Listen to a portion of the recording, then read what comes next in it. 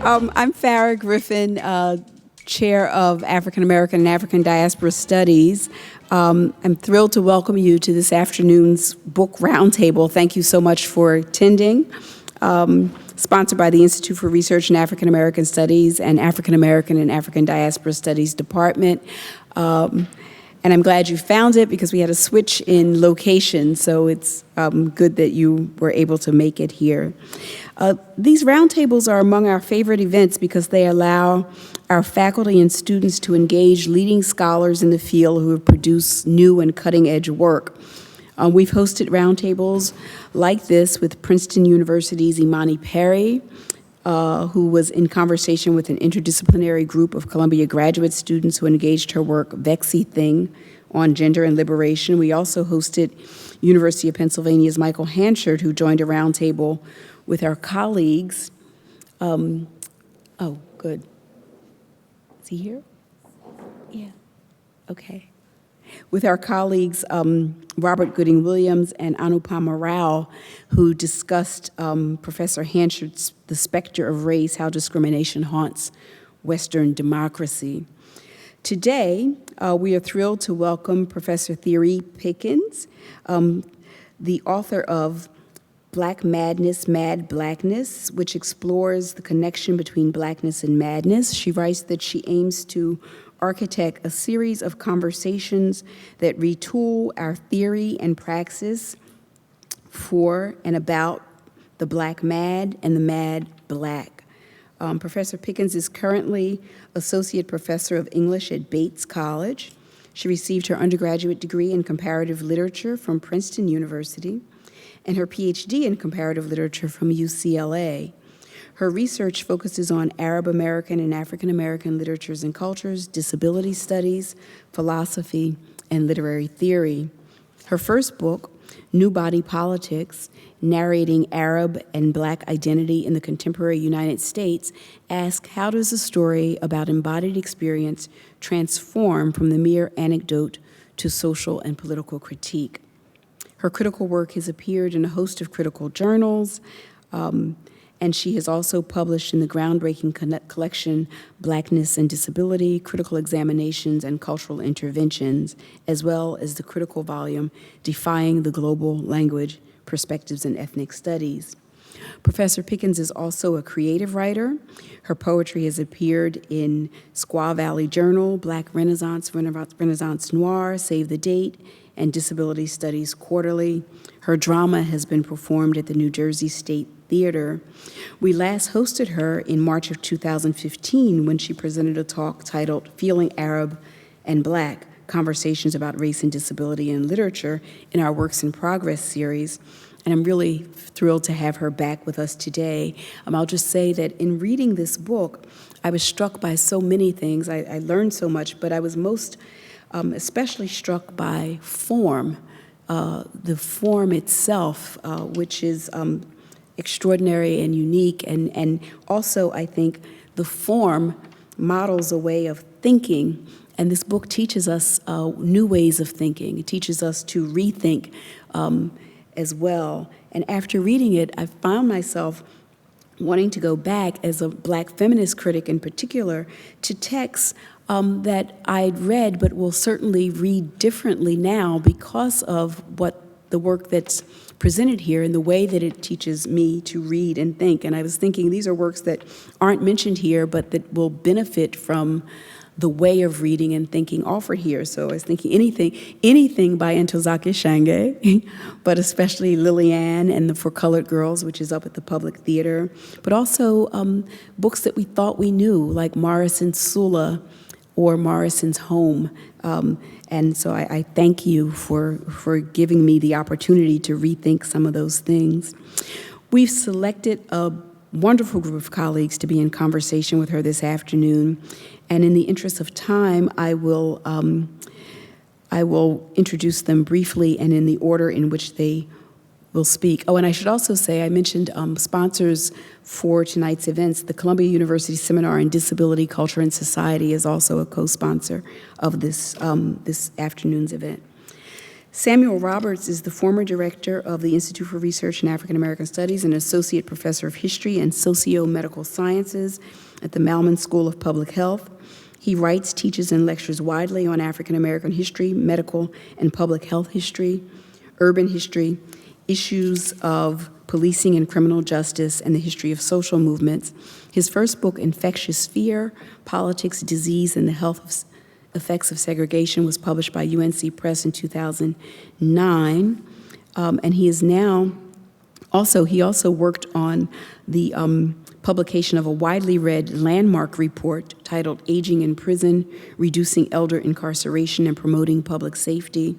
He's currently researching a book on the history of drug addiction policy and politics from the 1950s to the present, a period which encompasses the various heroin epidemics between the 1950s and 1980s, therapeutic communities, radical recovery movements, methadone maintenance treatment, and harm reduction approaches. So that's Professor Roberts.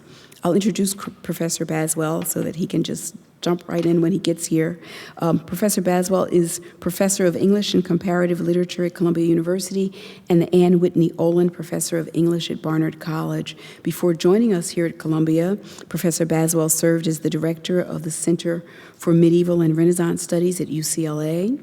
His earliest research was in the reception and transformation of classical literature, especially narratives of empire and dynastic foundation in the vernacular cultures of the European Middle Ages.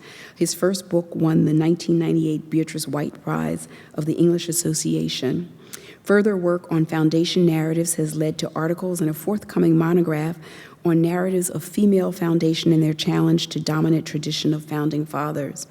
And in addition, he is also at work on new research on the cultural imagination of disability in the Middle Ages. Professor Josef Sorett is associate professor in the religion department and the African American African Diaspora Studies department here at Columbia. He also directs the Center on African American Religion, Sexual Politics, and Social Justice. Professor Sorett is an interdisciplinary scholar of religion and race in the Americas, employing primarily historical and literary approaches to the study of religion in Black communities in the United States.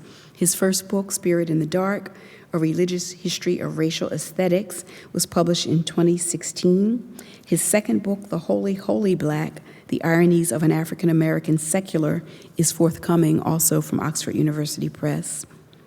Elizabeth Donaldson is from the New York Institute of Technology, where she is Associate Professor of English and where she teaches courses in bioethics and American literature and directs the minor in medical humanities. She has published essays on LSD-inspired disability immersion experiences of schizophrenia, mental illness in film, psychiatry in Lauren Slater's memoirs. She chaired the Modern Language Association's Committee on Disability Issues in the Profession, and she is a fellow in the Future of Disability Studies group at Columbia University Center for the Study of Social Difference. She co-edited the essay collection, The Mad Woman and the Blind Man, Jane Eyre, Discourse Disability, and currently co-edits the book series Literary Disability Studies, and a number of other publications. And I should say we also had invited Black feminist scholar and theorist Jennifer Nash of Northwestern University, who sends her regrets that she's unable to join us, but she too is very excited about this extraordinary new publication. So the way this evening will work is first, Professor Pickens will give an introduction to the work, say a few comments about her goals and the intervention she hoped to make, and then each of our speakers will speak about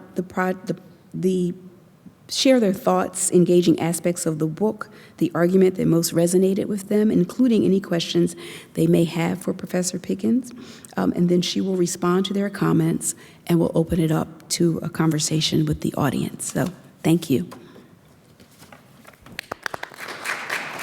And I think we'll start with Sam Roberts. Theri, right? Theri. Yeah. Am I on? Okay.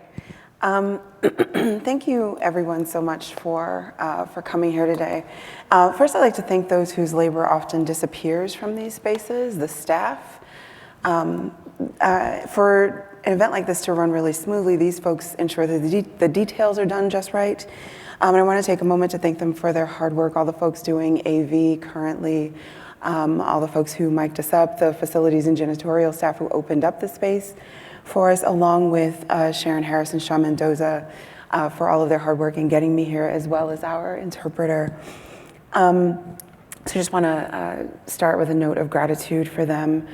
Usually I have access copies. We couldn't make that happen for you today, so I do apologize for that. If you were on Twitter, that is another mode of access if you feel like you can engage there better. And for those who will eventually be seeing this or who are already engaging right now, Twitter's a useful space for me to kind of keep some of these conversations. Sound is bad? Is that what you said? Sorry. Okay. Oh, well, Twitter is a lovely place for us to engage after as well. I had to write this down, or I thought I might get a little waylaid by how emotional this is. I want to give a big thank you to the folks who've graciously agreed to read my work and provide their thoughts. I deeply appreciate their sacrifices of time and labor. It's a small book, but because I'm a poet, every word is doing some work. I was told that someone had to drink several cups of coffee to get through one chapter. Which I'm not entirely sure is complimentary, but I did appreciate the concentration they were willing to put in. It's an honor and a pleasure, really, to be here, and I feel very humbled to be a part of these conversations on paper and in person and digitally. A big thank you also to Dr. Farah, Jasmine Griffin for her work in putting this together. I remember when I got into graduate school, Professor Cornell West, who was my thesis advisor, sent me to Dr. Griffin to prepare me for what lied ahead. And he told me, sort of very characteristically while smoothing out his beard, you know, Sister Pickens, if there's any sister I know who can tell you how to do this thing here, right? And he paused, it's Sister Farah. So I came up here to see Sister Farah. Made my way to New York City, took the A train for the first time. I'm from New Jersey, so usually we come into Penn Station and we grab a cab. We don't really mess with the train system. I climbed all of the stairs, got lost, and ended up in her office. I ended up with a copy of Uptown Conversation, the edited volume with Brett Edwards and Robert O'Malley, and a copy of If You Can't Be Free, Be a Mystery, which was one of the inspirations for this book. We listened to Oleta Adams together. It was a great time. I also left really buoyed by her generosity of spirit and her warmth. I felt like at the time I could do what was coming, and it's not without some small degree of bewilderment that I find myself here today, due in large part to her magnanimity. And for those of you who are word geeks, right, magnanimity means great soul. And so I want to put those together for her. Today is November 12th. My uncle, Malcolm Dwight Scott, would have celebrated his 68th birthday. In addition to being a superb uncle, honest, protective, comforting, wise, he was also a founding member of the Lifers group at Rahway State Prison in Rahway, New Jersey. As part of that group, he was integral in the 1978 Academy Award-winning documentary, Scared Straight. In thinking about the genesis of my own ideas regarding Blackness and madness, I recall that he was one of the first people to tell me how complicated the performance of madness could be. I was maybe 5 or 6, and my mother told me that I was not to let anyone, not even a member of my own family, pick me up from school if they didn't know our secret password. My mother used to work for DIFUS, I believe it's called ACS over here, Division of Youth and Family Services. We were very, very clear about safety, and this was one of the rules that we had. So my Uncle Malcolm had been deputized to pick me up one day, and he forgot the password. I have always been a stickler for rules, and so I would not go with him. He was not one to be undone by such things, and he did not tolerate my refusal. He picked me up and hoisted me over his 6'3" shoulders and carried me like a kicking, screaming sack of potatoes all the way home. And when he finally set me down, he looked at my crinkled, tear-stained little red face and asked me, now who taught you to act this crazy? You know I don't need a password. It was my first lesson that madness could be strategic. When I was in graduate school, a second-year law student physically assaulted me by pulling on the back of my scooter and punching me in the face.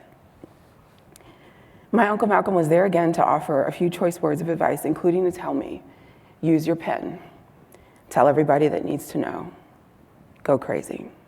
My second lesson. And today I offer up these words in his honor and in his memory. I just want to pause to take a small moment of silence.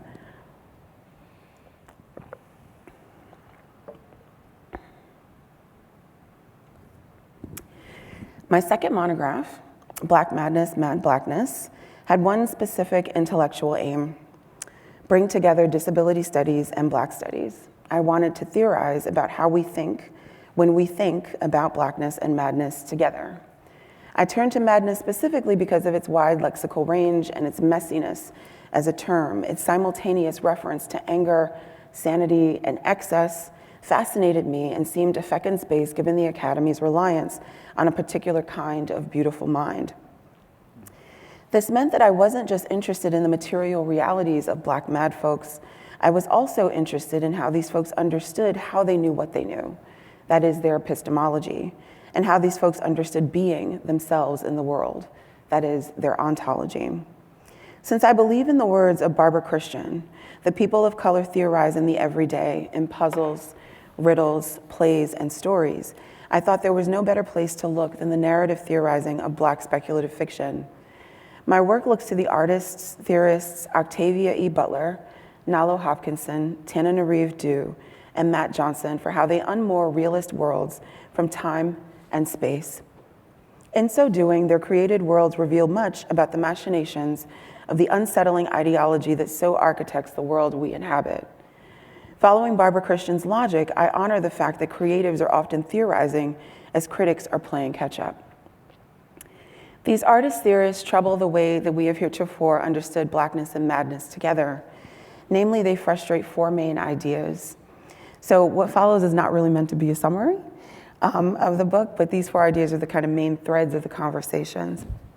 First, they upend the idea that Blackness and madness are mutually constituted by suggesting that mutual constitution usefully functions as a historicizing tool and highlights some moments of agency for Black disabled folks, but cannot fully or even ethically account for the interracial encounter.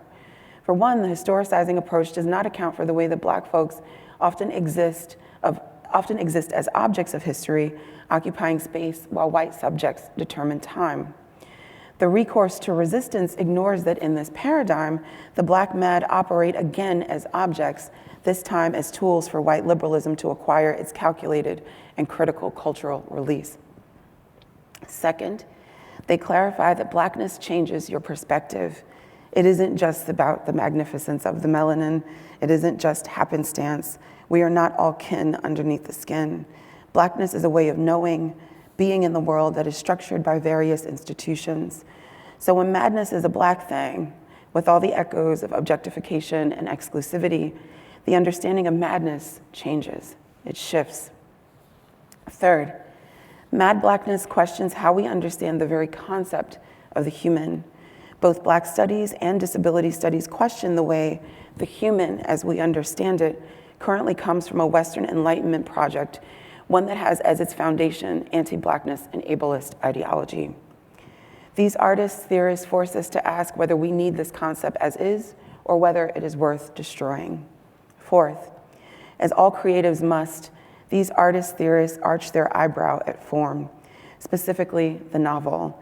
They make it plain that the novel accepts Blackness and madness as, they make it plain that the novel that accepts Blackness and madness as subject positions, as valid ways of being, and accepts those two as aesthetic interventions, must, by virtue of that acceptance, call into question the possibility of endings.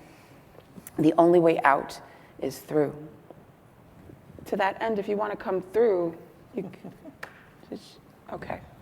You're gonna come around? Okay, perfect, all right.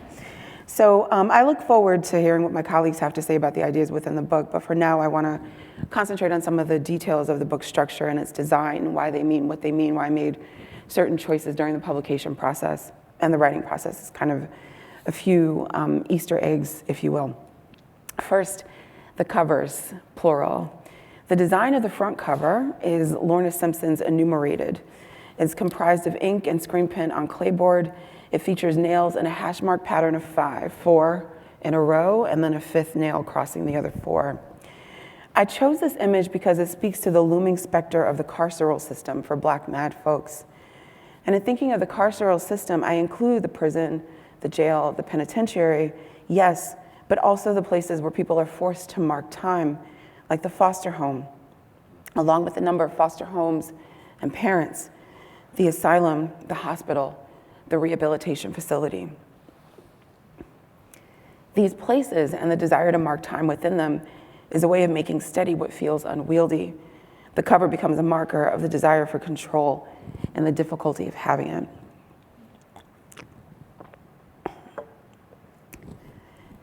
The second cover, Wangechi Mutu's Writing Death in My Sleep, is ink and collage on paper. It features a bald woman crouched on a round surface with mushrooms and various fauna at her feet, an avian creature atop her head, a flying elephant in the top left corner.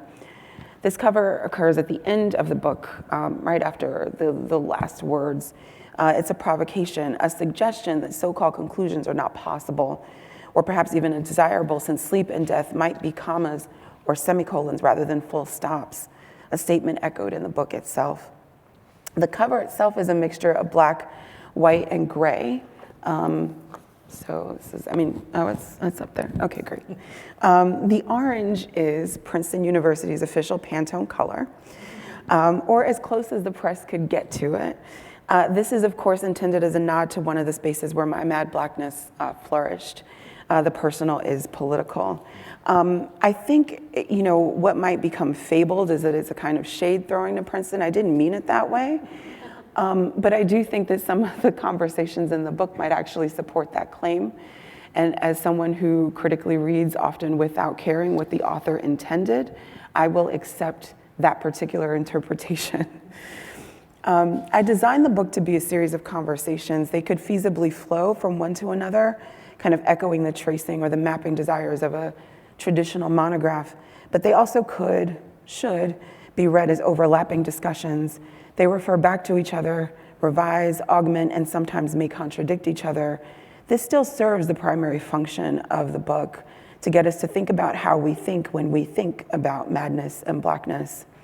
In terms of method, this allows my project to abide in, foster, and participate in the kind of messiness that a study of Blackness and madness requires.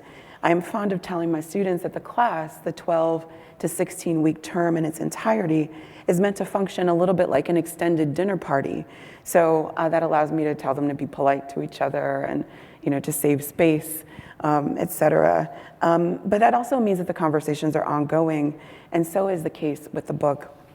My expectation is that the conversations will not be enclosed arguments, units like chapters, but rather elliptically open possibilities for us to continue discussing in good faith. And as with any good dinner party, there's always sidebars. So the footnotes and the epigraphs operate here with my particular kind of scholarly quirk. I use them in this writing similarly to how I've used them before, and that I expect them to do a substantive amount of work in pushing the conversation beyond the four walls of the text. Often as critics, we're disciplined to read and write such that we bury the labor of research and conversation in the footnotes and privilege our own voices in the prose. This is a useful strategy for presenting a more traditional argument, particularly one that has to stand up to the conditions and the requirements of something like tenure.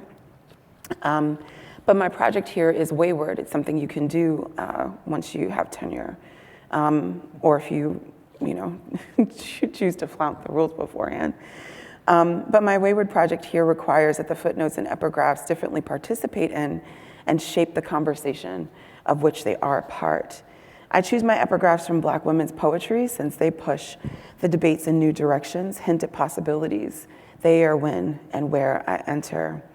The footnotes are not solely explanations of sources and methodologies, but they also signify joke, pun, turn of phrase, explore. Both the footnotes and the epigraphs are asides, witticisms, and musings, and probably a little bit of shade, particularly with some of the people that I was told by my reviewers that I needed to include but didn't want to.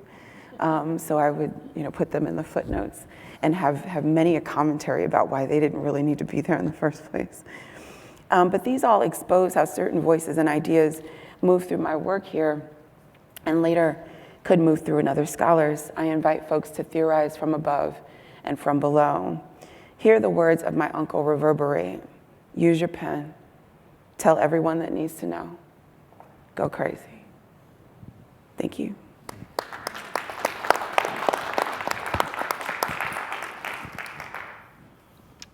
Right, thank you. All right. Is my microphone on? Can everyone hear me okay? Mic check 1, 2. All right, fantastic. Good evening. I also would like to begin my comments with thanks to Farah and to Iraas for the invitation to join in this, I'm going to call it a celebration of work well done in a wonderful book, and a book that will have so many lives, not just in the many fields to which Therí participates and contributes, but I think it's going to go well beyond that. So I hope you're prepared to get emails from all over, probably sectors you may not have even anticipated. My favorite times of year are holidays, graduations, and book launches, and I feel like my holiday is beginning early with this particular book celebration, and I do not have to wait for graduation. So thank you so much for this. There is so much going on here. I don't know who it was that told you they needed several cups of coffee to read a chapter. After I read each chapter, I felt like I had drunk several cups of coffee. There's just so much stimulation going on in each of these. I don't think I read any of the chapters in a linear fashion at all. I ended up kind of hyperlinking myself through the footnotes or the endnotes and through different concepts that link each other. It's I guess your history as a poet explains the economy of words that you use here. It is, when you pick the book up, you're surprised that if you would expect it to be heavier after you have read it. It is so much going on in there, and it's such a rich generative text. So thank you so much, and congratulations, Therí. Just some of the things that I pulled out of the text, and in particular, there are many innovations that she's doing here, narratively and methodologically. First of which, the one that's most striking is how she organizes, and I'm trying not to say arguments, because she's, I think, trying to get away from this classic genre form of the chapter, and instead she presents her case, shall we say, which also sounds a little bit stiff and stultifying, and for what she calls conversations. And so in the first, which she's titled Making Black Madness, and by the way, the title itself, congratulations on that. I know there's some story about how you came to that, and I definitely want to hear that origin story. And each of the conversation titles are no less appealing and intriguing. In Making Black Madness, Pickens concerns herself with the mutual constitution of race and disability. How, as she puts it, these two discourses operate as interrelated and simultaneously present. To take it further, she, quote, reads the spaces where the critical material breaks open the possibilities for new readings of blackness and disability in tandem. But as she just mentioned in her opening remarks, it's actually more than that, and it's not quite as straightforward as one may hope, she warns us. First, and this is another quote, blackness and madness encounter the problem of existing on the same temporal plane, particularly when whiteness is a factor. The black mad subject gets evacuated from history, while the white able subject or white disabled subject dictates the terms of history's narration. Second, and this is continuing the quote, second, black mad subjects cannot always serve as the prompts for others' freedom from ableism. It is possible for black individuals, institutions, and cultural spaces to be ableist. Moreover, when black spaces function as examples of freedom for others, they do not exist on their own terms, a logical concern that lands us back in the terrain where whiteness instrumentalizes blackness for its own ends. That ends the quote, even though that will not be my last quote here. There are so many rich quotes here. And in short, and at the end of it, Pickens asserts, within the United States, and again, I'm sorry, another quote here, within the United States cultural zeitgeist, there is no blackness without madness, nor madness without blackness. Yet the discourse's fragility suggests that the two have been forced together out of political convenience and presumed abjection, end quote. This is her opening salvo in this piece here, and automatically sends the reader on a journey of sorts where you're not quite sure where it ends. And not to, I guess, a bit of a spoiler alert, Therí doesn't do endings, by the way. Like, she just says, we just continue this work, but I'm getting ahead of myself here. For in the second conversation, a mad black thing, which another thing I didn't know you could do. You could use the word thing in your title like that. Now I want to do that. Pickens concerns herself with the idea of madness itself, a term she deploys, quote, because of the critical possibilities it offers in its vagueness.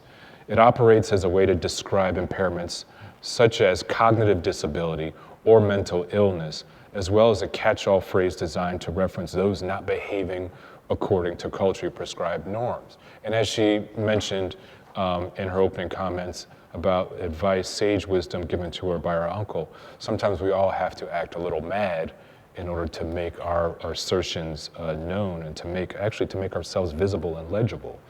Here she confronts, among other things, cultural constructions of madness in the context of Blackness itself. In a classic disability studies framework, madness, she reminds us, can signal cognitive impairment, which would read, say, autism, Down syndrome, traumatic brain injury, dementia, etc., as well as mental illness, where she also points at the examples of bipolar disorders, depression, schizophrenia, and other spectrum conditions of the mind. The distinctions between the two are particularly important in what Pickens describes as a black cultural context. A black cultural context, she writes, quote, mandates a different set of interpretive strategies because of the confluence of structural racism from the outside and its impact on the intracultural community, and structural patriarchy and ableism emanating from within the community. Parsing, and this continues the quote again, parsing mental illness and cognitive disability allows for a certain type of granularity when discussing black cultural context and madness. The importance, that ends the quote, the importance resides in what valences madness carries in black cultural production. And here she returns in each of the chapters to the form of the novel. There's a tension here, of course, since in the first conversation, Pickens argues the mutual constitution of blackness, even where that constitution as an analytical frame may have its limitations, and also disability madness due to mutual constitution of blackness and disability madness due to white ableist, cis heteropatriarchy, and you could try saying that 5 times. Whereas she invites us in this conversation to think differently in how madness as an idea, a trope, or even a claimed or unclaimed identity might emerge or function in black subject formation itself. There's something deeply unsettling here, and I mean deeply and literally unsettling, because Pickens enjoins us to move beyond what Harry Ellum theorizes as racialized madness. Our job is not simply to push back on the pathologization of black minds and bodies, because doing so, even under the banner of disability critique, puts us perilously close to a so-called recuperative politics of madness, madness without the madness without the multidimensionality that accompanies embodiment or aesthetic intervention. In short, madness in service of sanity, end quote. If you've become used to defending black folks against all manner of white social science libels, claims of functional normality come ready at hand, and it may be, as I said, literally unsettling to find yourself challenged to think about black madness on its own subjective terms. If you're wondering if such madness in service of sanity is a neuropolitical iteration of respectability politics, you're not alone, and you and I both, I hope, will have the opportunity to ask our invited author to elaborate on that a bit. In the third conversation, Abandoning the Human, Pickens takes up incitements provided by Sylvia Wynter to question the utility of humanity as a basis of analysis. In short, the question might be, what good are humanity and rationality if they, as Enlightenment projects, cannot really have come to being without their opposites, both the black and the mad? In her reading of Kimberly Juanita Brown, Saidiya Hartman, Christina Sharp, Hortense Spillers, and Alexander Whaley, among others, she charts in this light an always present objection in Enlightenment and beyond depictions of blackness, even as disability theorists themselves often have embraced humanity in their own analyses. Pickens isn't just moving between both, but offering her own theorizations as a connective tissue. Mad Blackness, for her, questions the, quote, ideology of ability. And that's a quote because it's actually a term with which she engages throughout the book, or a concept, the ideology of ability that so often attends concepts of the human, but also she also links that to the possessive investments which are part of whiteness itself, going back to George Lipset's work from some couple or more decades ago. The links are, again, at times unsettling. To use another quote, how is one defined as a citizen if madness or blackness functions as a default disqualification? End quote, she asks us on page 80. And in answer asserts, again another quote, mad blackness calls for no less than a retooling of the terms of humanity itself. This is truly unsettling work in the most literal sense, where we have settled ourselves in our comfort in thinking about what is humanity and how we make our plaints, both ideological, political, and intellectual, clearly may come up short in Theri's formulations. In the final conversation, titled Not Making Meaning, Not Making Sense, S-I-N-C-E, I take it a pun on making sense as well, and then in parentheses, the time, Pickens brings us back to narrative to assert the vital value of the novel as literary form. The novel emerges, she writes, as one fecund place to explore the relationship between meaning and value, since it is a genre where the mad black and the black mad have traditionally occupied complicated positions. And the complexity and complicatedness of this is resident at every page of this work. To continue another quote, two questions drive her curiosity here. First, how does a shift away from abjection as a primary meaning of blackness and madness transform the value of each? Implicit in this question, she writes, are can it and will it? But also second, how does the black novel form and tradition intervene in changing the meanings of mad blackness and black madness? Ending the quote. By way of answer, Pickens directs our attention to the work of novelist Matt Johnson, and this is again a return to narrative. Indeed, each of Pickens' conversations concludes with a discussion of the novels of Octavia Butler, Nalo Hopkinson, Tananarive Due, or Matt Johnson, whom Pickens takes as theorists, pace the approach outlined in Barbara Christian's essay, Race for Theory. Now, I'm going to say at the outset that I'm not a literary theorist at all. I don't even play one on TV. And with the exception of Octavia Butler, the novelists whom Pickens discusses are known to me only by name and popularity. It's unfortunate. I'm embarrassed to have to admit that. This is unfortunate for me, as I'm certainly missing out on something, even though Pickens' discussions of these works are engaging even to someone who is unfamiliar. Fortunately, and very appreciably, however, unfamiliar readers can still navigate Pickens' methodically structured conversations to extract their critically suggestive meanings. The way she's doing so much here that's so innovative methodologically and in terms of the genre itself, but there still is, and I wanted to say a method to the madness, which, yeah, so, yeah, it wasn't intentional, it just came out, that was just, yeah, any case. And Pickens leads us on a whirlwind tour, or we might say more of a journey. The feeling of being led on such a journey might stem from her use of the genre of quest adventure speculative fiction, or her embrace of Afrofuturism, or simply because any discussion of madness for the past, 200 or 300 or 400 years or so, often seems to invoke some sort of movement. Think, for example, one's quote, descent into madness, or Ian Hacking's famous Mad Travelers, or the proverbial ship of fools. And here I want to get to a section which I'll just call What's in it for me, which is to say what I've taken away from this and how this has deeply influenced how I think about my own work.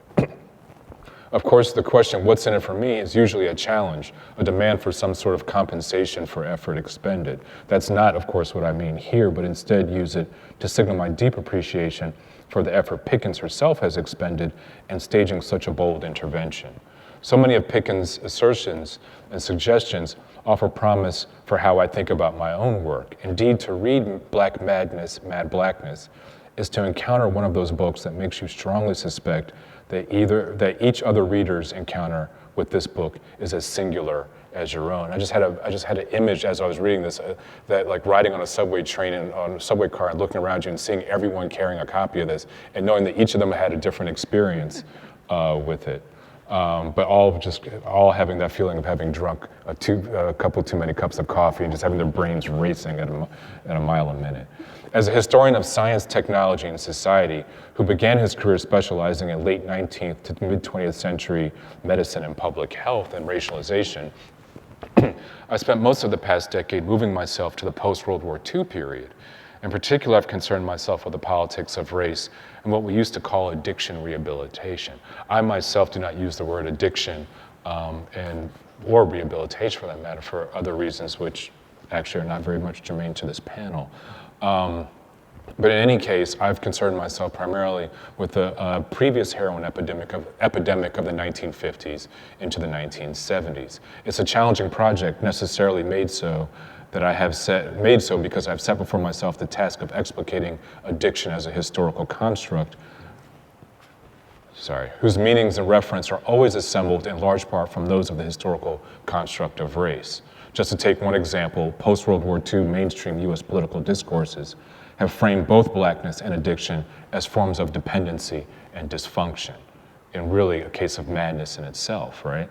The topic of black drug addiction has never been remote from discussions of black matriarchy, black failed citizenship, failed black gender enactments, black indolence, black cultural deprivation and deficit, the black damaged psyche, et cetera, et cetera. If you're thinking of the Moynihan Report of 1965, so am I. Not because Moynihan was particularly insightful, he certainly wasn't, or even intellectually creative, he definitely wasn't. He cribbed all of his insights and dumbed them down from other social scientists. But nonetheless, he had great influence well beyond, and even till today, we're still debating that report. Like all of the allegations Moynihan and others before and after him leveled against the black psyche and the black family, the 20th century concept of addiction did not emerge only and teleologically from medicine, but rather from popular culture and social scientific imaginaries as a way to make race even more concrete and to make blackness itself legible. For us, it's never been a simple, us meaning us black folk, it's never been a simple medical or mental health issue, or at least that is not a political or social science narrative of which we've been able to avail ourselves. And we see that even today in the contemporary opioid crisis. Historically, in fact, the phrase black addict has been discursively redundant. The social science has forced onto blackness the same odious attributes which has forced onto people who use drugs. For this reason, it historically has been rather easy to deprive both of basic rights, since dependency, irrationality, unchecked desire, and failure are all as essential to each its historical construction as they are antithetical to what the liberal ideal of the proper and deserving citizen has been. That said, the question for me has been, what are the political and subjective possibilities for a black recovery, even when in our recovered state, quote unquote, we remain in positions of assumed failure? And this is where the mad blackness and the black madness has, for me, offered some answers.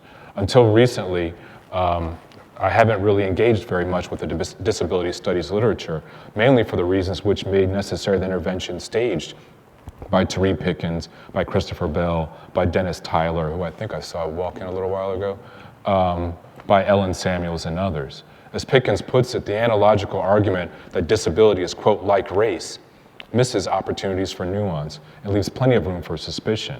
At the same time, formulations of addiction as disability I found similarly wanting because they've been completely absent of theorization of race. I think I don't have to wait any longer, and now I have not just a wonderful book to guide me through this journey, but also some of those wonderfully innovative and stylized endnotes that you place in there. And I did see some of the shade on it, as well as some very appreciably well-placed Michael Jackson lyrics as well. So Therí, congratulations, and thank you so much for this work. I look forward to reading it again and again and to offering it in the classroom. And I know it was going to pop up in some very unexpected places. So congratulations. Thank you.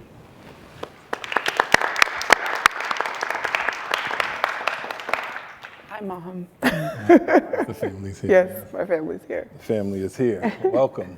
Welcome. I believe I'm next.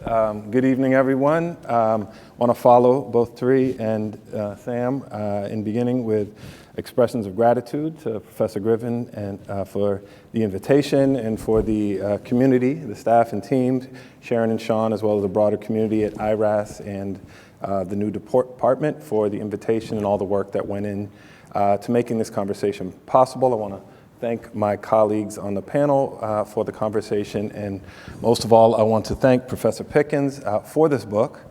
It was so clear in Professor Roberts' remarks, the conversation that is both the model and the call, right? The conversation that the book engenders. So I guess a few things that I would highlight as a way of celebration, acknowledgement, and then after doing that, what I want to do is focus on one particular theme that maybe is in the book, but following the book's invitation is around the book and is as much about the field and the kinds of interventions you make in unanticipated directions, right? And that those will, in many ways, help to locate me as a scholar of religion, as signposts to where I might go.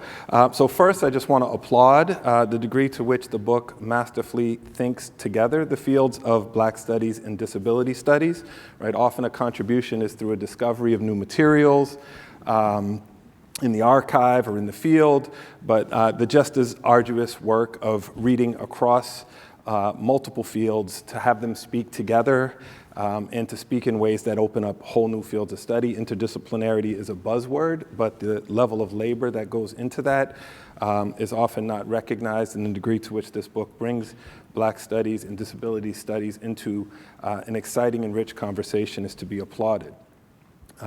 In addition to the interdisciplinarity, I want to also highlight the power and persuasiveness of the attention to the normative co-implications, if you will, of bringing these fields together, right? This interdisciplinary effort is not done in a naive form with no sense of the implications of bringing together a conversation that is attentive to the ways in which disability studies as a field has been racialized, often to the absence of Black bodies, and when Blackness and Black studies as a discourse has often been premised upon the need to prove, right, ableness, right? There's a sort of question around Black people's capacities, and the degree to which Professor Pickens attends to these normative implications in subtext or often explicit texts is powerful and helpful to restate the politics and what's at play in the field today.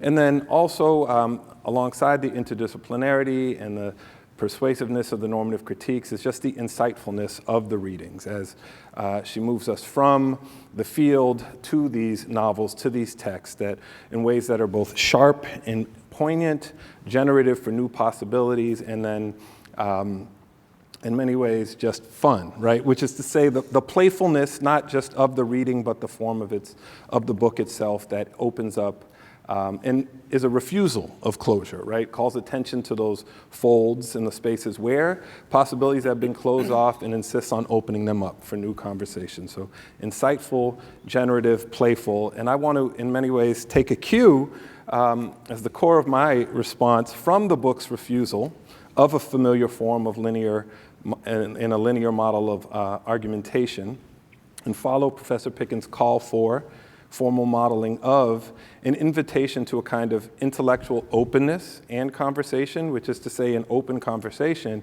And to do that, very briefly, just want to bring together two possibly unrelated assertions in the book. At least they're not explicitly brought together, but I think that there is a lot of promise here. One comes from the final pages where Professor Pickens reminds us and pushes us to the ways in which a particular reading may exceed the boundaries of a text, right? And invites us outside of the text into a space in which Blackness and madness are seen as integral parts of history, right? The play between the literary and the historical here.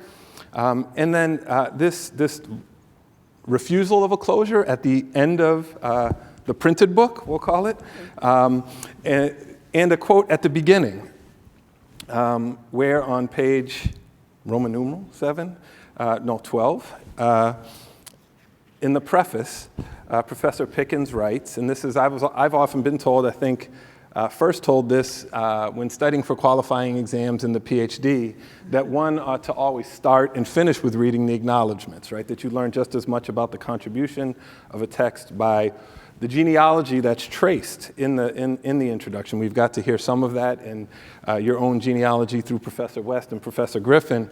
But I was struck by one particular comment on this page where you write, quote, "I am humbled daily by my faith walk, the overwhelming love of the cross."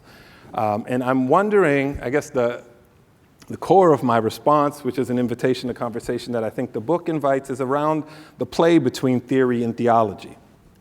And I think in my own department, a colleague of mine has written about, without wanting to confuse the balance or the difference, the very clear difference between analyzing and practicing religion, an insistence that theory and practice are more closely related, and that theory, quote, is considerably more theological than most critics are willing to acknowledge, right?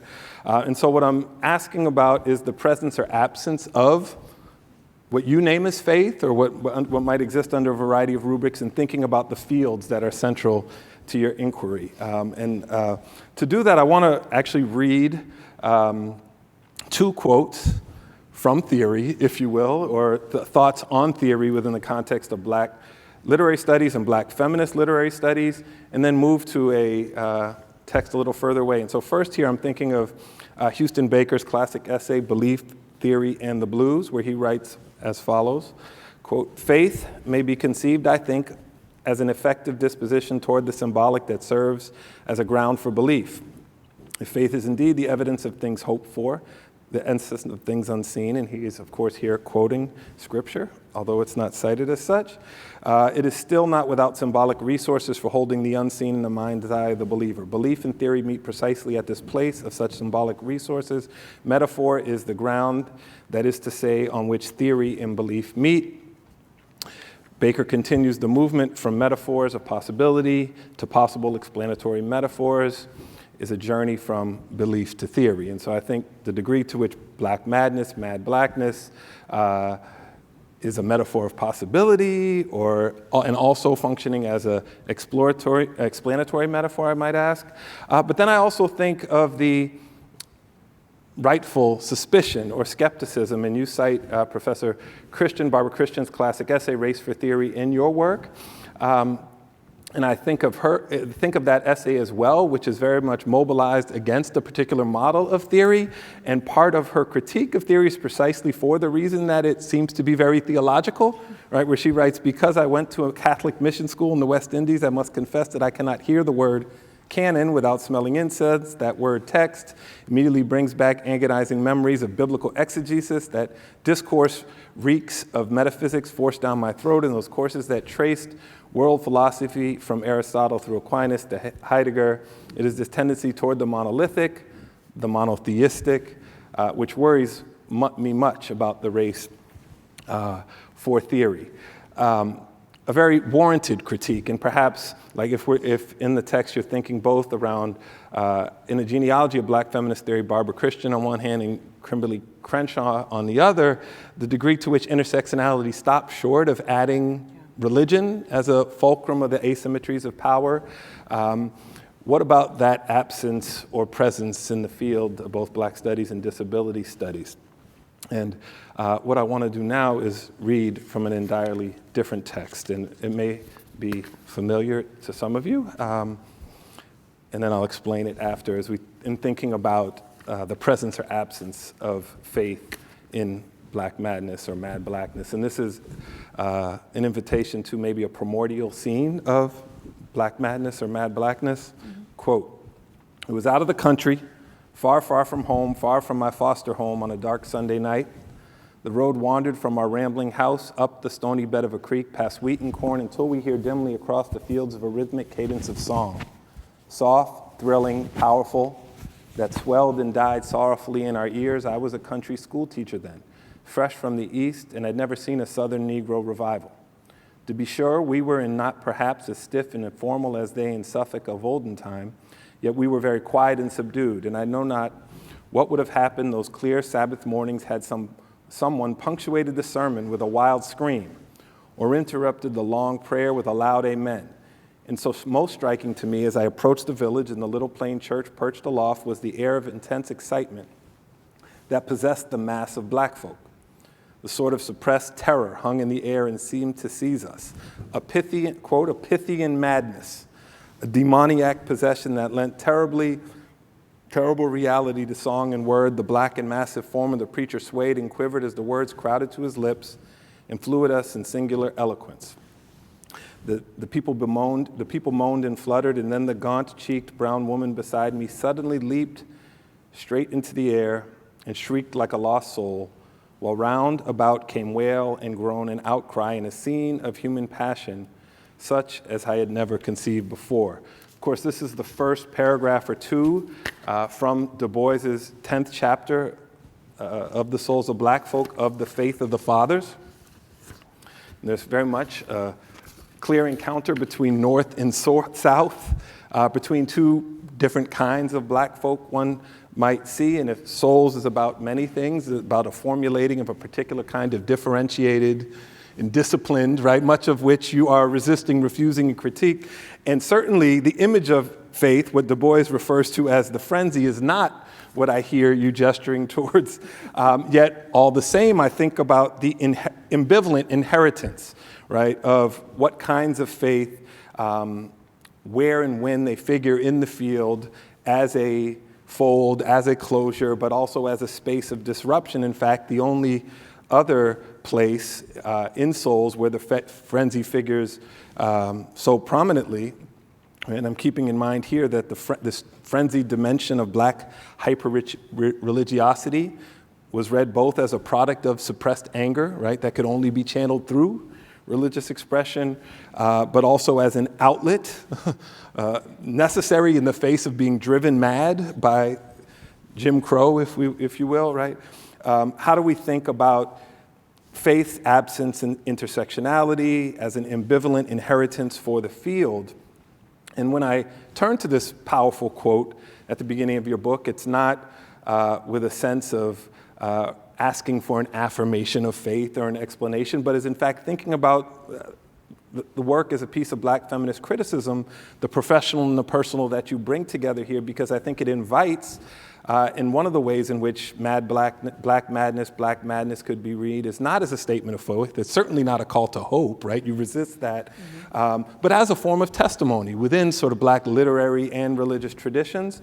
As you bring together the literal, the metaphorical, the history, and the literary, the one place else where in Souls where the frenzy figures is in fact in the fiction, right? In that one chapter of the coming of John, where John's hopes are brought to a not so happy resolution in a church service, right? Where John's sermon or his speech falls flat. The welcome party has gone awry, and an old, unlettered black preacher rises to affirm the frenzy as the one principle of Negro religion that perhaps is believed in the most in Du Bois's rendition of this story. And so I guess as a way of thinking about Christians' question, for whom are we doing what we are doing when we do literary criticism? How do we think about this ambivalent inheritance of faith, the faith of the fathers? How might faith be figured in the particular genealogy of Black studies and disability studies that we inherit today? Thank you again for that invitation, and I'm excited to continue that conversation.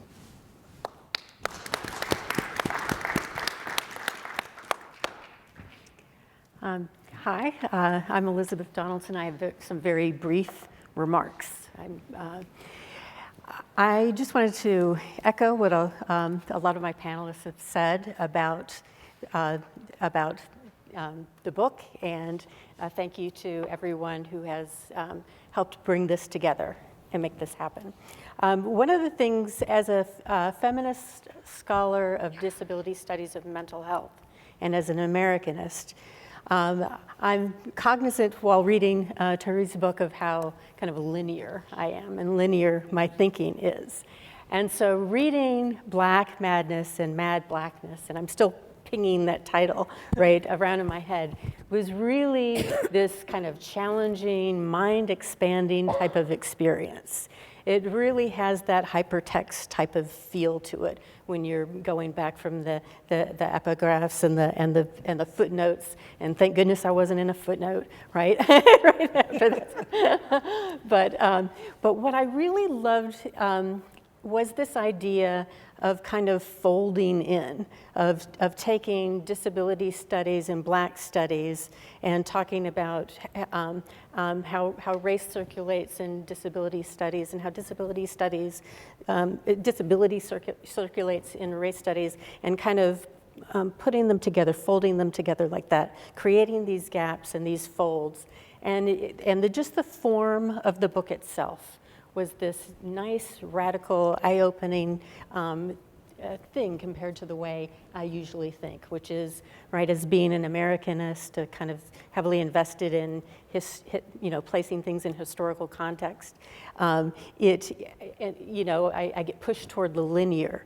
And what I found fantastic about this book is what it gave to me, right, as a historian. There was still, like you said, right, this way in. I had this different reading. I'm like, oh yeah, the 1840s, census, this thing, all of these things that I kept coming back to and finding as touchstones that helped me navigate my way through this thing that still resisted, right, the kind of linear thinking that I'm more apt to do. So it was really refreshing and challenging. And I just want to say that I truly appreciate the intellectual labor that went into this methodology chapter. It really is stunning. You could tell that it's a little book. It looks concise, but man, right? It can punch you, right? Because it has that kind of heft to it. It has that kind of there's heavy lifting, right, going on, and especially that methodology chapter that I deeply appreciated, and I found it especially fruitful. So as I said, I'm not going to go on too long, but I just wanted to echo my great love of this idea of madness in service of sanity, which I know I'm going to come back to again and again.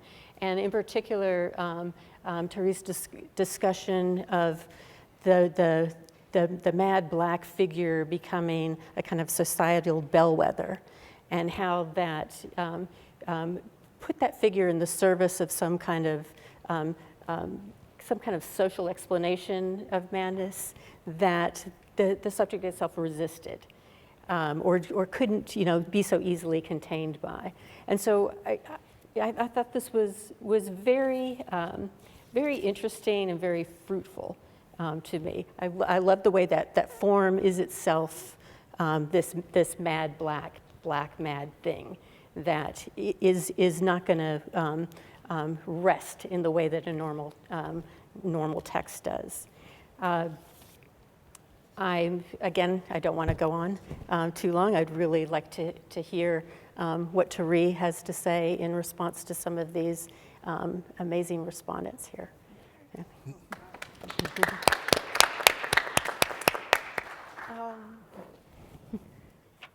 Wow. Okay. Wow. There's a couple of things I guess I can answer. And I'll start with Samuel Roberts' comments. So the slang, right? Mad Black Thang. I love playing with words. There was a time when I used to hate the first day of school because I knew for sure my name was going to be mispronounced. But all the mispronunciations give me a sense of what I'm doing, right? To read the mispronunciation theory, right? That all of those give me something to work with in terms of how I'm thinking. And so slang becomes a part of the project in some way to help get the writing done. Most often when you are writing, even if you are at coffee shops or even if you are sitting in front of a screen where someone's staring back at you and it's your writing time, you are doing that on your own. And so something about it has to be fun, and so there's something in that wordplay for me. Also, as someone who was born in the 80s, raised in the 90s, right, very different from being born in the 90s, I'm not Cardi B's generation, right? I'm Beyonce's generation. That idea of having mad as a place of excess, mad dope, mad cool, that was also how I was thinking about some of this. So the slang, the gesture toward common language, the language I speak in, was really important for me in terms of the theorizing, because either you believe Barbara Christian or you don't, right? Either you believe people theorize in the everyday or not. And so there is something about playing with that was really, really lovely for me. A lot of the footnotes are also about things that I thought I should be able to say, but couldn't put above the fold in the text. So I wrote a lot of this while in my mom's apartment, and there's always Michael Jackson playing. And so the footnotes to Want to Be Starting Something and The Wiz, right, that those are in there because that's what shaped my thinking, right, along with Stevie Wonder, along with South Soul Orchestra and Lolita Hathaway, right? So the tension, say, between mutual constitution of the first conversation and madness in a mad Black context, it's not as simple, I think, as the tension between interracial encounter and intraracial encounter. It's not just that mutual constitution simply doesn't work in the Black-white encounter and madness in a Black context has its own valences. To me, this is about an ethnic and an ethic proposition for how we understand what mad Blackness and Black madness can do. That the choices that I've made to interpret are about skill, right? You have to learn how to close read. And I think that's something that we sometimes take for granted when we hear an interpretation, that doesn't require work. It does. But also that it's a set of choices, right? You choose to believe the mad Black figure in a text or you don't. You choose to believe the Black person in the text or the mad person in the text or you don't.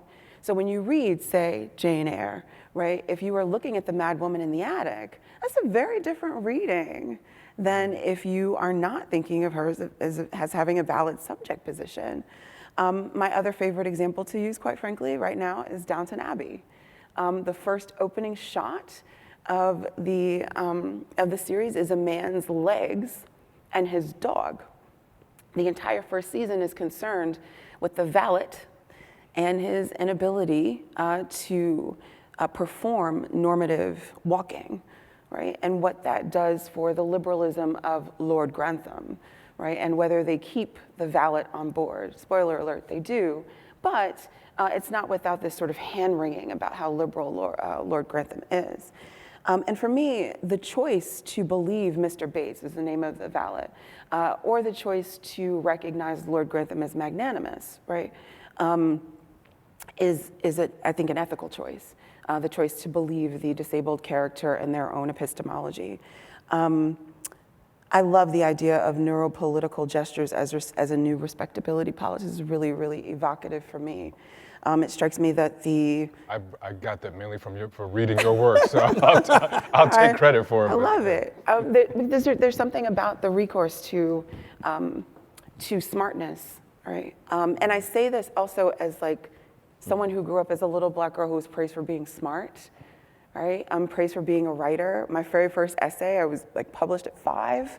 I'm like, yes, that's my thing. I'm smart, but also knowing that discourse is in many ways fundamentally disruptive for those who do not have access to it or those perceived to not have access to it. I opened up the space by talking about my uncle, Malcolm Dwight Scott, who was intelligent, deeply intelligent in his own right, but because of his particular experience in the prison system was not deemed so, right? And so thinking about the way that all of that functions and being wary, suspicious of the kinds of interpretations that are foisted upon one, I think is useful, like usefully unsettling to be suspicious of that. So the provocation to think through that moment in the acknowledgments. I was not expecting this. Usually everyone glosses over that part. But I think, so my faith is a kind of mainstream Protestant Christianity. And I have found that there's very little room in some mainstream theological texts. Maxwell, Piper, right? Even my favorite, Tim Keller, right? That there's very little room to kind of consider where blackness and madness reside. The fact that Jesus was called crazy, the fact that parables conceal and reveal, as someone who's interested in language, that speaks to me very deeply. But also there is a symbolic reservoir there about the way that there's room for everyone, and that the symbolic resource there for me has consistently been the, I think, equalizing factor that my faith walk offers me. That there's always something to improve upon. There's always a space to go to. And then I think about the ways that that practitioners have not made that space available. So I'm very much invested in the critiques of womanist and queer theologists who pinpoint that mainline and mainstream Christianity has not always been a welcoming place for those considered other, even though the theology itself, I think, makes room there. So I think there's something about that Barbara Christian skepticism of those metaphors and that praxis that bleeds into how I approach my work, that my sense of the ethical responsibility of taking people seriously, taking them at their word, or taking them at whatever constitutes words and speech for them, right? Because there are some people who are nonverbal, some people who don't use speech in the ways that we all find useful, right? In that way, I'm stumbling over words here, but there's a texture here to using, say, taking people at their word, when what I really mean is taking people at themselves, full stop, right? That I think there's an ethical proposition there. And so that's where my faith comes into the actual doing of the work, and the actual space of the work to make room, to open up, to practice, I think, what it calls for. Let's see, I do believe theory and theology is more critical than people imagine. I think if you are not at all clear about where your spiritual provocations come from, you do find yourself in a little bit of a quagmire with the work that you're doing. And I wouldn't go so far as to say it becomes dishonest, but I do think that there is a utility to interrogating where that's coming from. I think the other part of it, and this is something that's occurring to me now, is the idolatry of the academy, the worship of a certain kind of mental acuity and capacity, that when someone loses their identity or finds that identity of being a scholar in jeopardy, that God is fierce, that God claps back, forces them to become small, mean-hearted, unkind people.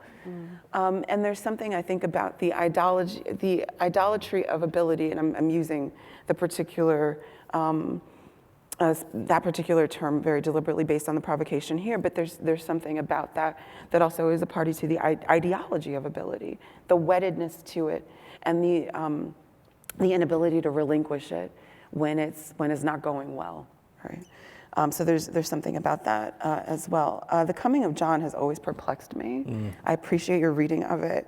The frenzy in there as an affirmation of a particular kind of Black life, and a madness as a valid response to Jim Crow America is I think worth exploring. I'm not going to do it, but someone should. It may end up in a class and not in a paper. Yes, resisting linear thinking and doing a lot of the work in the methodological chapter. So I was told when I was finishing the dissertation that a lot of your introduction, this is something Helen Deutsch told me, she's my advisor along with Dennis Tyler, our advisor, wonderful person, told us that the introduction is basically explaining what you're not going to do. And so I took a lot of time to try to tell people where I was coming from, in part because there were certain questions I didn't really want to answer anymore. Why are you looking at madness this way? Why is the 90s part of your definition of madness? Well, because words have all the history and meaning accrued to them. And so if you lived through the 90s and you ever heard mad, right, that's what it means. And trying to figure out how to put people into these conversations. And then this is the last comment I'll make about the sort of in response to open it up to questions. The thinness of the book was a very deliberate choice. My good friend Shanna Benjamin, she and I talk a lot about the way that people get lazy about or around Black studies and disability studies. They think because they see it, they understand it, because their uncle, sister, cousin, brother had something, they get it, they spend some time in a hospital, they understand. That's not true. It's not true for Black folk either, right? And the phrase that we use as the catchphrase touchstone between the two of us is that people get lazy about our shit. And I wanted folks to understand that the thinness of the book means that there are other people who wrote before me, there are other people who will write after me, there are footnotes you need to pay attention to, there's an entire bibliography, an index, right? These things are not incidental. I didn't pay for someone to do the index for anyone to ignore it, right? Subvention costs come out of my pocket, right? So there's something about the idea that the thin book suggests rigor by itself. And I'm following a little bit in the footsteps of Sharon Holland and Alexis Pauline Gumbs and Alexander Wahelier, who have thin books, all of which are from Duke Press, by the way. Shout out my label mates. But there's something really useful about the thin book because it gives you a sense that there's wealth in the field and that one needs to pay attention to that. The economy of words is one thing, and I think a very important thing to me, but the thinness of the book in terms of not having longish chapters, right? And there's nothing wrong with that. Sometimes you need that, but this was not the time and place for it. I think the thinness of the book should also be a message, method in the madness, so to speak. I'm really interested to hear what everyone else has to say, so open up to questions at this time.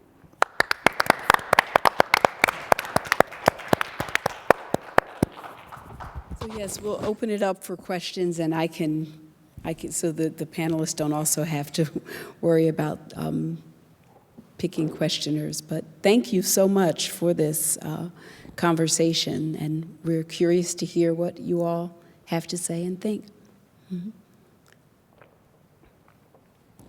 Yeah.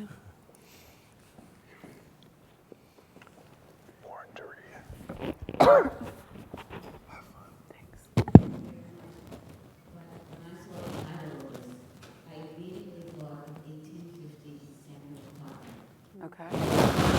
Oops, sorry. Yes.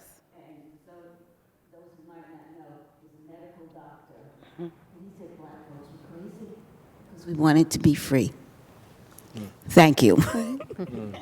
Yeah. So Samuel Cartwright also appears in the book. The particular diagnosis that he offered for Blacks wanting to run away was drapetomania, suggesting that the cure was to cut off a limb in order to make that not happen. So let's pause there for a minute and just kind of think about the ridiculousness of 19th century medicine for a minute. Anyone who ever tells you medicine's objective, you can point to Samuel Cartwright and talk about that, along with J. Marion Sims and others. The final conversation of the book, the final printed conversation of the book, that is, talks about how Matt Johnson's characters desire freedom and are considered crazy for doing so. And that's part of how I understand their madness and their Blackness working in tandem. What Matt Johnson does as an author is validate those subject positions. So all of those folks who desire freedom those Black folks in his book, The Desire Freedom, he says that makes sense, right? And in fact, his graphic novels do this a little differently than his more traditional novels.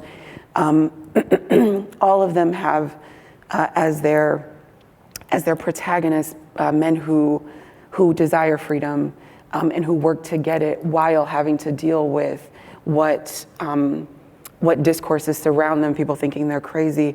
The one that comes to mind, I think most readily, is Papa Midnight, which is an intervention into the Constantine series, where that particular superhero is reinvented without its anti-Black leanings from other iterations of the comic, to talk about that person's intervention in struggles for Black freedom, like the 18th century Manhattan uprising of Black folks with arson, et cetera. So yeah, I mean, absolutely, that's part of what's at work here in the title. The recourse to 19th century medicine that does a disservice to Black folk, and that also gives us a sense that these are long histories with which we're working. Thank you for that comment.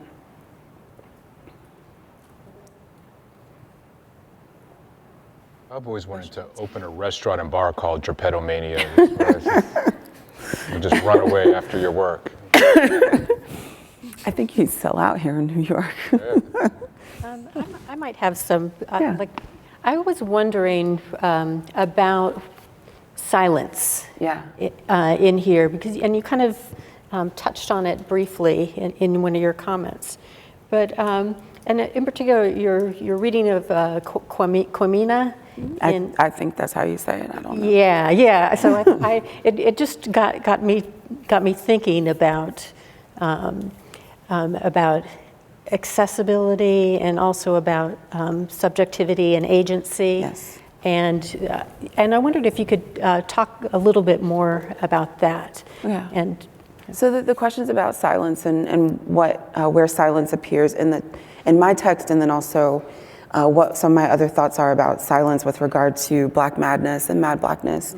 So a couple of different folks shaped my thinking on this. Lyndon Barrett, Kevin Kashi, Erica Edwards, and Danzy Senna.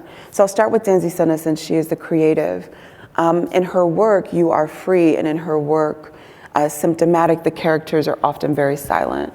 And this happens in Corregidora as well, Gail Jones's Corregidora, where the characters are being confronted with these strange questions about their personhood, about the traffic between their legs, about their choices, and they respond with silence.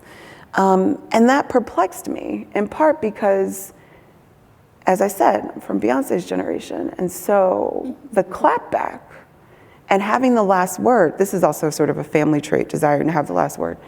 Having the last word is something you strive for, because that closes the argument, right? If you can shut it down effectively, you can move on. However, there's something about the way the silence also shuts those arguments down, or at least gives us the provocation, and this is where Kevin Kashi and Erica Edwards and Lyndon Barrett come in. It gives us the provocation that Blackness does not always have to be loud and expressive, and that part of the radicality of not embracing what these discourses offer in terms of invalidation, that quiet can function to do that. I think I'd be remiss if I didn't mention that Darlene Clark Hine also says makes a similar gesture with the culture of dissemblance, where you think you understand what's going on a Black woman's face or in her body, but you don't. That where you assume much about her interior life that's not offered, and it's not offered deliberately. I think one of the phrases that I grew up with was, "You don't know me," and I don't take these people home with me, right? About folks at work. So there's an idea.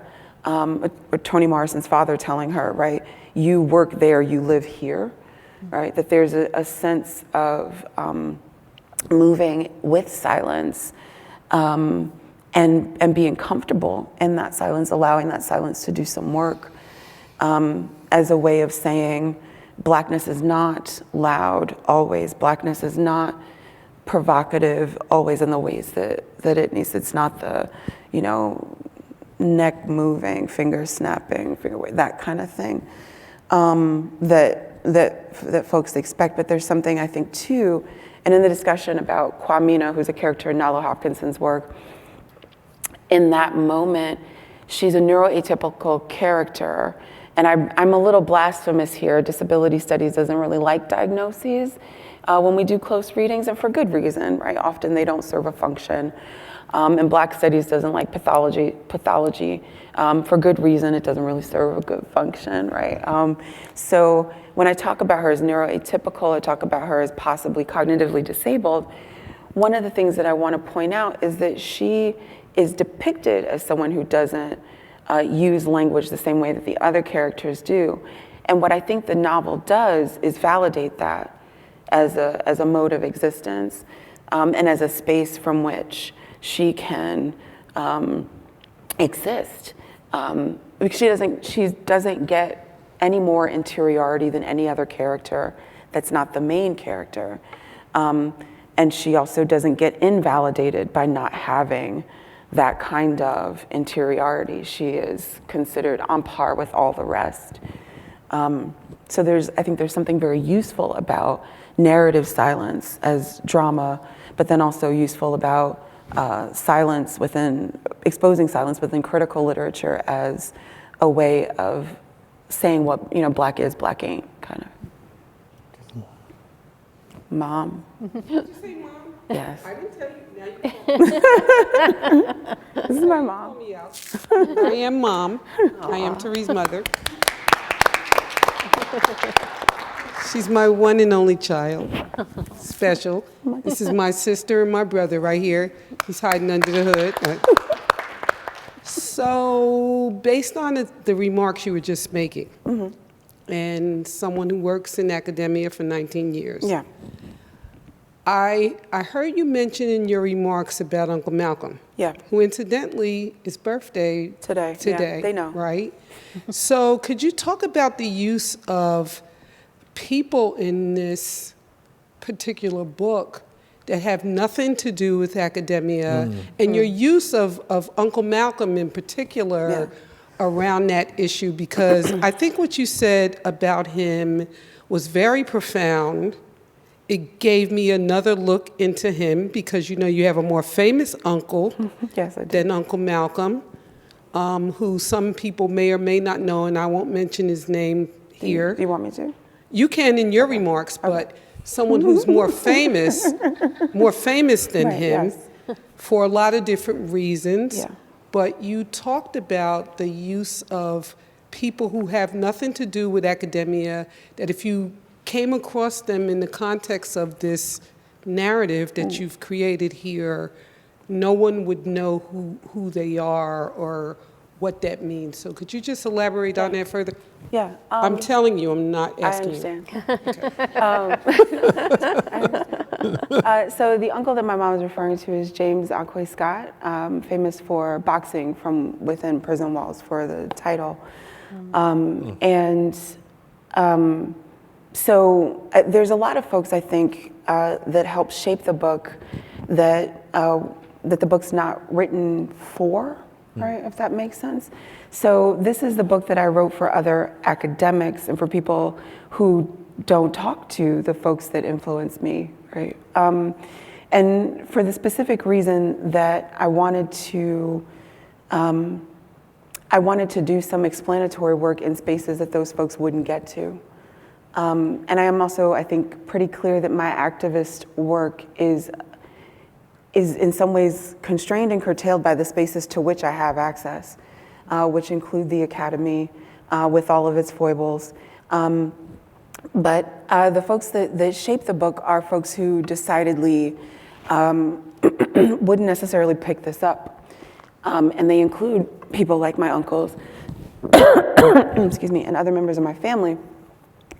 They also include people like my best friend who spent time in foster home and who has, as a souvenir, a particular Converse sneaker on which she's marked all of the foster families that she spent time with. and it goes into the double digits, the high double digits, actually. And I think about the way that those folks are often studied and talked about in the academy with no degree of compassion and no sense of their cultural context. One of the other things my mother mentions is she's her name is Lori Scott Pickens, by the way, her name is not Mom. And she has her undergrad degree from Montclair State, at the time it was college, now it's university, and then also a graduate degree from Rutgers University and works in the School of Criminal Justice. She is the community liaison between all local, state, federal law enforcement and community constituencies at the School of Criminal Justice at Rutgers Newark, and has been a community organizer, mover, and shaker for the past several decades. So her understanding of the academy truly shapes mine.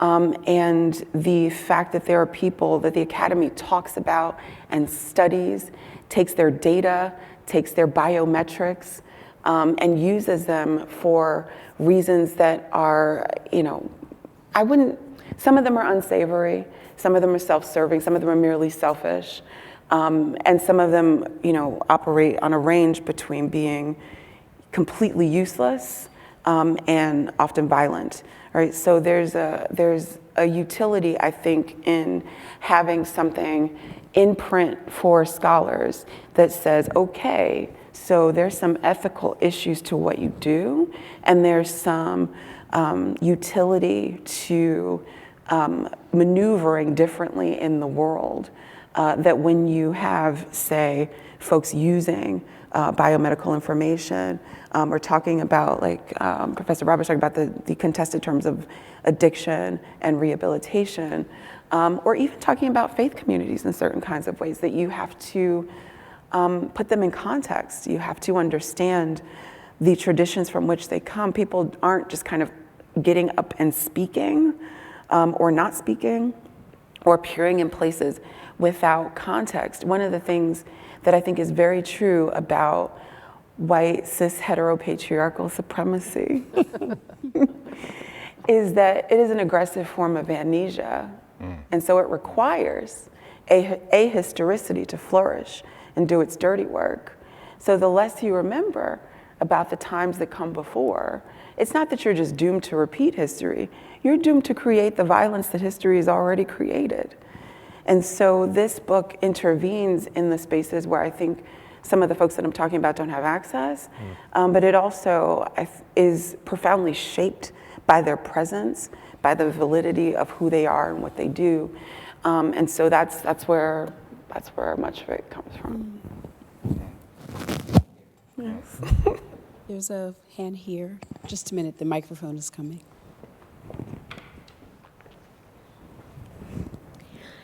Hi, I'm very much looking forward to reading Black Madness, Mad Blackness. I wonder if you could talk about where you saw the holes, the fault lines in disability studies that you hope this book fills or illuminates, or however you want to put it. Yeah, so for those of you who don't know, this is Simi Linton. She's also one of the people who helped me think through this book. She has a really great chapter in reclaiming, I'm going to butcher this, reclaiming disability? It's actually claiming disability. Claiming disability. For the first time. Yes, claiming disability. There's a list of questions that she gives us particular professions, like travel agent, right? And then has a list of questions about the way travel agents should or could interact with disability.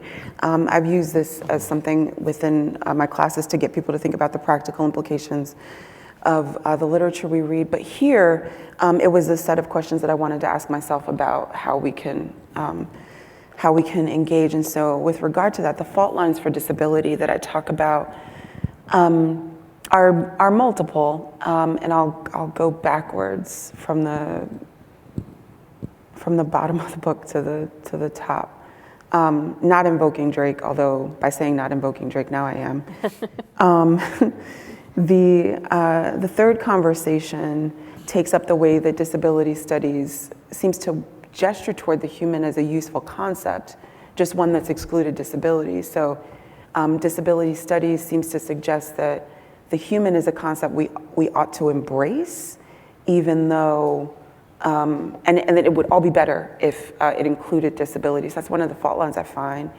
The second chapter excludes white-centered conceptions of disability, because often it is as though the Black folks in disability studies, where they appear, are appearing as though they are part of a, not part of a Black community. And I wanted to open up the places where madness exists in Black context specifically.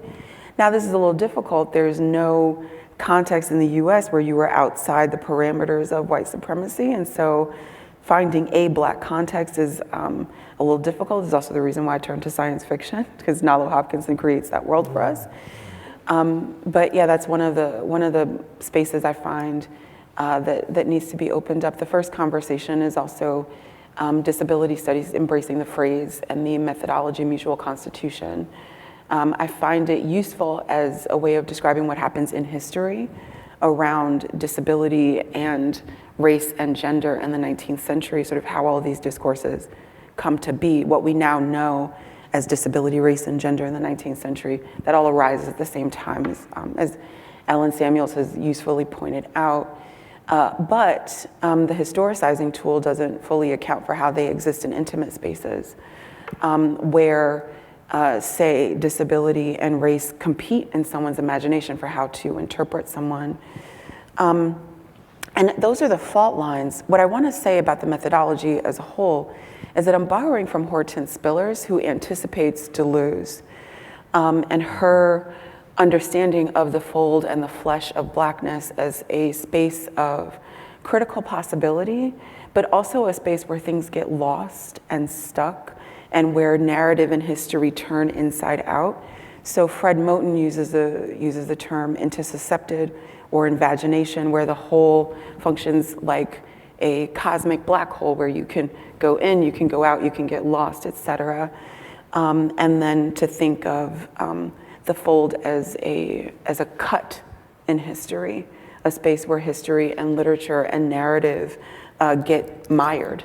So those are the specific fault lines of disability, but I think disability studies and Black studies, where they meet, because there's so much useful tension, there's some unnecessary tension, they create these gaps and folds and deferrals of time, and there's some mistakes, and those were the things that I wanted to read. So the book, the chapters are the conversations, so I have to get out of my own linearity as well.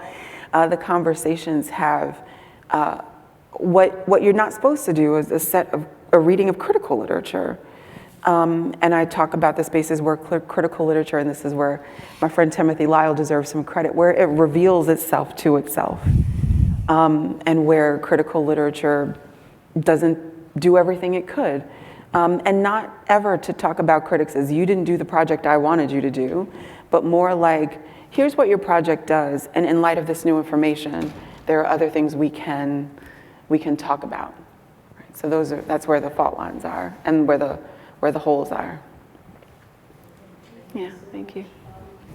We have books for sale, so I encourage people to pick them up. Just in response to that last comment, one of the things I picked up on in your third conversation, I think, about the human, is you have that sentence, you say, both strategies for engaging the human have merit. Find the traces of what and who is used to constitute the concept, and underscore the processes by which the human creates itself. And then you talk about that the room for common conceptual ground as well as useful disagreements between the two fields, which I thought was so generative. But let's thank this wonderful, wonderful roundtable and go out and buy the book, and I think it's going to teach you how to think.